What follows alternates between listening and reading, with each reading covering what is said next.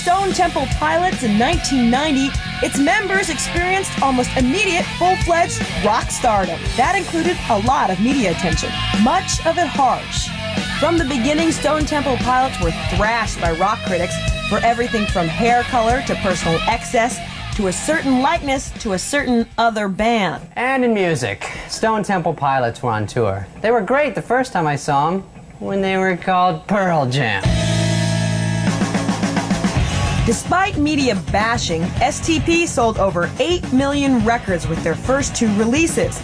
The contrast between what the press deemed cool and what people wanted to hear was illustrated by the 1994 Rolling Stone Readers Poll. Critics voted Stone Temple Pilots the worst band of the year, while readers gave them Best New Band honors. Of course it bummed us out, but I think we just eventually just took an attitude like, we're just going to make music and do what we do. Mighty Joe Young, as they first called themselves, spent most of their time hustling gigs around their home base of San Diego before venturing up north to play LA's rock landmark, the Whiskey. They were quickly noticed and signed to Atlantic Records on April Fool's Day, 1992. I went back to my job and I told them I was leaving, that I just signed a record deal, and they did not take me seriously. They're like, okay, yeah, right, April Fool's, go back to work. I'm like, no, really, man, I'm out of here. Only a few weeks before the release of its major label debut, Mighty Joe Young, the band, were informed that a blues singer in Chicago named Mighty Joe Young owned the rights to the name. It was just the worst. It was the worst. Library, we looked at everything. Scott and I were sitting around. We were just talking about stickers when we were kids, like on our, banana seat bicycles and skateboards. We were just talking how cool the STP sticker was, and he was like, "We should do something with those initials." And I just blurted out, "Stereo Temple Pirates," and we called Robert, all excited. And Robert goes, "I don't think I'm so into pirates." And he goes, "What do you think of pilots?" We're like, "Yeah, that's cool." And we called Steve, our manager. He's like, "Well, what do you think of Stone?" It just came out, Stone Temple Pilots. We kind of went with it. Determined to prove themselves even further, the band hit the road, leaping from 500-seat clubs to 5,000-capacity venues as Megadeth's opener. Along the way, Plush was everywhere. That's one song off of an album. There's 11 other songs. We don't want this record to be thought of, as the Plush album. I wanna run through your way, you goddamn high man I used to be. That guy makes faces like Eddie Vedder. No way. Eddie Vedder makes faces like this guy. By early 1994, the group had collected numerous awards, including a Grammy, 2 American Music Awards, 1 Billboard Award, and the Video Music Award for Best New Artist. And the winner is Stone Temple Pilots. Mostly say thank you to the people that have paid more attention to the music than they have to the media, because that's ultimately what matters the most. So to those people, thanks for the space, man. STP did impress fans and critics alike with their unplugged interpretation. One of the show's highlights was Big Empty, a song that later catapulted the Crow soundtrack to the top of the chart. Our next guests currently have the #1 album in the country. Congratulations. Very, very impressive. Ladies and gentlemen, do us a big favor. Say hello to Stone Temple Pilots. Kids! I thought it was a valid growth from Core, and there was definitely different emotions thrown in that we were all feeling. Lyrically speaking, the words are from a much more personal perspective. It's because of experiences. It means a lot more to me because of that. Interstate Love Song, the second single from Purple, was huge, spending a record-breaking 15 weeks at the top of the album rock charts. Stone Temple Pilots were now a headlining act, except when they took the opportunity to open for the Rolling Stones. I was like, oh, we're headlining our big tour. And then we went over to do those 2 shows, and we realized how small our tour really was compared to that one.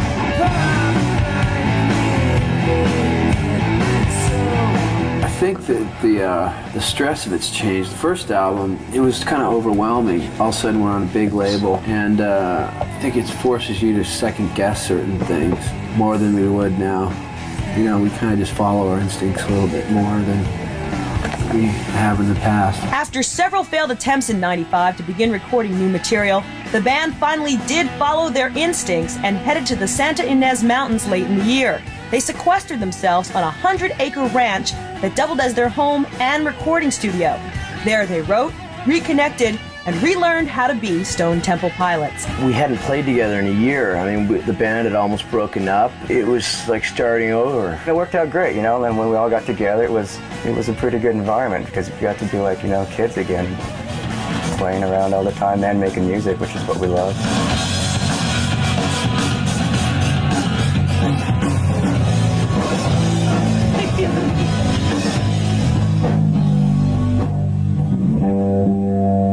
It was really neat because we got to utilize the whole house. You know, everywhere the cables would reach, we utilized, from the bathroom to cedar closets to the front lawn to the living room. When you said the front lawn, did they actually put you on the front lawn? Yeah, we tried about 4 different rooms, and we just it wasn't sounding right. You know, it sounded too big, and we wanted it to be a little drier and tighter. I wanted to be by the pool because it was a nice sunset, and the cables wouldn't reach out there, so we ended up, doing it in the front lawn.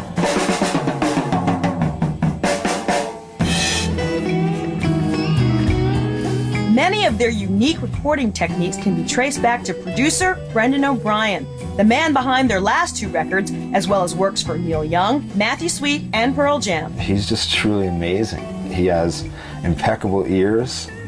He's a great guitar player.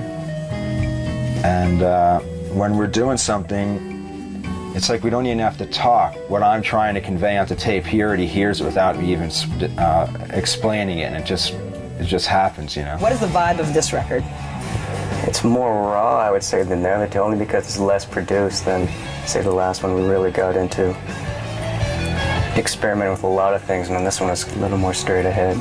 If somebody played that for me and said, "Who's this band?" I wouldn't have said Stone Temple Pilots. That's good. Interesting instruments. Yeah, it just goes back to, I think we all have an appreciation for so many kinds of music. STP's visual image is often as strong as their music. But when the time came to shoot the first video for Tiny Music, they decided to tone things down and get back to the basics. At the beginning of the song, play the camera 2, get your eyes like right in camera 2. We've never done something where it's like, okay, music and we're just playing. So we wanted to make it as basic as we could get.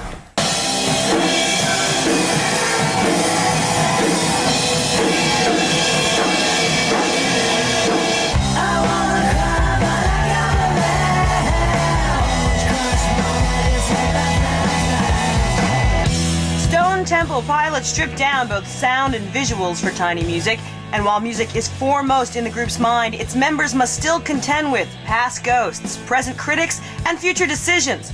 Despite what's behind them and the unknown ahead, Stone Temple Pilots seem ready to get on with their musical lives. A lot of people just view the musicians as like, okay, he's the bass player, he's the drummer. Well, it's not that way. We all contribute. It's really just a beautiful thing when the 4 of us do this.